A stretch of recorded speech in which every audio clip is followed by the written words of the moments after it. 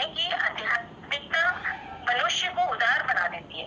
इससे वैश्विक सोच की उपलब्धि होती है। अनूठे विषय को लेकर उपस्थित हुआ है। अभी तक हम बहुत से ज्ञान प्राप्त करते थे, पर इस विषय से हम स्वयं का अध्ययन करेंगे। अपनी आत्मशक्ति से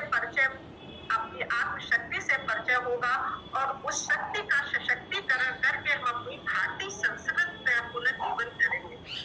आज का विषय है आध्यात्मिक सशक्तिकरण और वर्तमान परिस्थिति।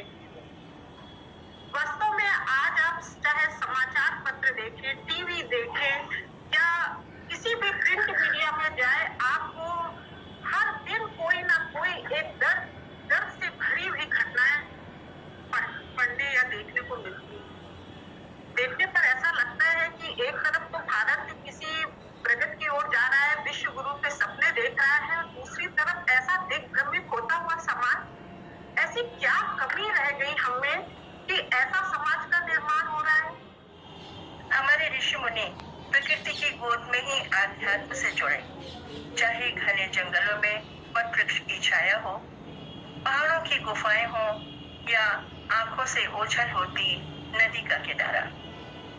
इन महान ऋषियों के आध्यात्मिक चिंतन का ही ये परिणाम है, जिससे हमें वेद, पुराण, चरक संहिता सहित अनेक धार्मिक ग्रंथ मिले। इन्हीं धर्म ग्रंथों ने हमें प्रकृति से जोड़े रखा। ये देखना है कि अध्यात्म क्या है, यह जानना सत्य बहुत जरूरी है। अध्यात्म का मायने सबके लिए बहुत अलग अलग हो सकता है, लेकिन इसका मायने बहुत गूढ़ है। हर किसी के लिए इसकी परिभाषा पृथक पृथक हो सकती है। आमतौर पर ये माना जाता है कि जो धार्मिक है और जो अपने धर्म के अनुसार क्रियाकलाप करता है वो ही आध्यात्मिक है। जैसे हिंदुओं का मंदिर जाना, सिखों का गुरुद्वारा जाना, ईसाइयों का चर्च जाना और आदि। यदि ये सब अध्यात्म है तो फिर समाज में इतना विघटन क्यों है, तनाव क्यों है? आज हम मानसिक अशांति की तरफ क्यों जा रहे हैं? सम्मानीय मंच को सादर प्रणाम और ओजस्विनी विचार मंच के सभी बहनों को मेरा नमस्कार। आज का विषय बहुत ही सार्थक विषय है, क्योंकि यह विश्व कल्याण का विषय है। आध्यात्म क्या है, यह सवाल हम सबके लिए एक बड़ा पेचीदा हो सकता है। इसकी परिभाषा हर किसी के लिए अलग हो सकती है। कोई ईश्वरी भक्ति को आध्यात्म मानता है, तो किसी के लिए सेवा भाव ही आध्यात्म है। बहुत से लोग धार्मिक स्थल पर जाकर पूजा करने को आध्यात्म मानते हैं, लेकिन ऐसा नहीं है। आध्यात्म बहुत ही विस्तारित विषय है। इसे केवल पूजा पद्धति से जोड़कर नहीं देखा जाना चाहिए। योग, ज्ञान, प्रेम में भी आध्यात्म है। तो आध्यात्मिक जो पर्यटन है वो न केवल मनोरंजन मात्र है, अभी तो यह स्वयं के द्वारा स्वयं के लिए जो खोज की जो अद्भुत यात्रा है, और जो इस यात्रा में तमाम बाधाएं पड़ाव के बाद जिस हम आध्यात्मिक शांति और वैचारिक ठहराव के दर्शन होते हैं, वही स्वयं के दर्शन है। भारत पर्यटन के क्षेत्र में आध्यात्मिक पर्यटन की एक जो नई आस्था है, हमने सदा ही जो अतिथि देवो भव के संस्कारों का परिपोषण किया है। आध्यात्मिक पर्यटन स्थल से तात्पर्य किसी धर्म या धार्मिक व्यक्ति से संबंधित स्थल नहीं होता है, बल्कि ऐसा स्थल जहां व्यक्ति अपने आंतरिक चेतना के विकास को प्राप्त करता है। मैं उस देश की नागरिक हूँ जिसे विश्व में रवि सोने की चिड़िया के नाम से जानते थे। अध्यात्म से आर्थिक शुद्धता के विषय पर विचार करूं तो दो बात मेरे ध्यान में आती है। पहली यह है कि कैसे भारत को इससे जोड़ा जाए, और दूसरी है कि कैसे भारत को वैश्विक स्तर पर दूसरे देशों से जोड़ा जाए।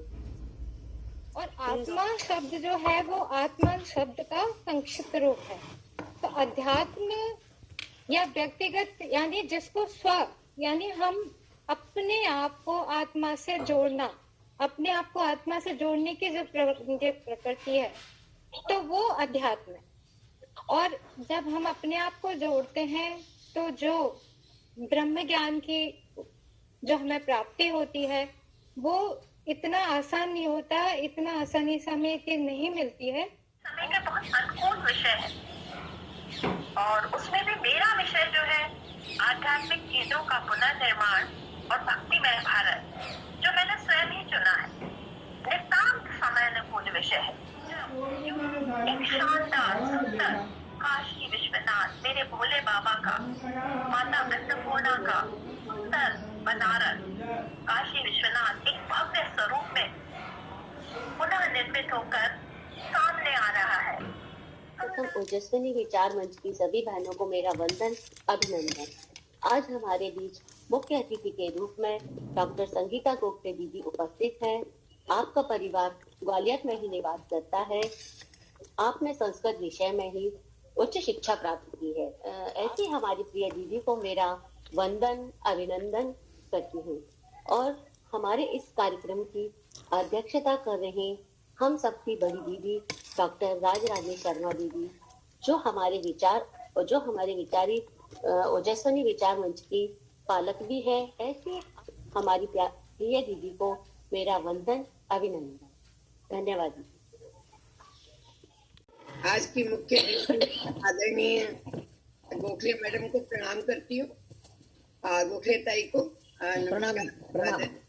इस मंच की संयोजक और परम विदुषी और कर्मठ राष्ट्रहित में निरंतर संलग्न रहने वाली डॉक्टर कल्पना शर्मा, हमारी प्रिय विदुषी और सुंदर आध्यात्मिक सत्संग करने वाली नीलम शुक्ला जी, हमारी रितु जी, और आज जो मंदाकिनी नहीं दिख रही हैं उनको भी मैं स्मरण करती हूँ।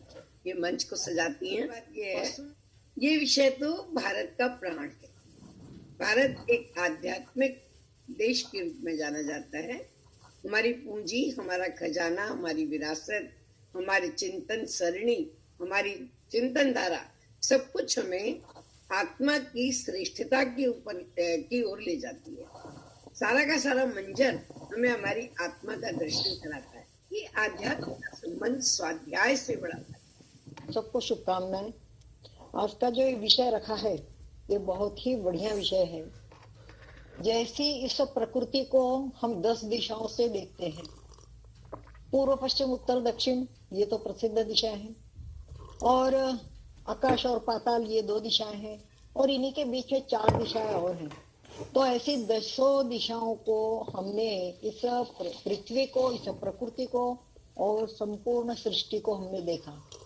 सभी बहनों को जो बिंदु दिए गए थे, सभी ने बहुत ही अच्छी तरीके से अपने बिंदु का विश्लेषण किया है कि अभी जो हमारे यहाँ पर विचार चल रहा है कि सक्षम भारत का, भारत की महिलाएं अपने आत्मनिर्भर बने।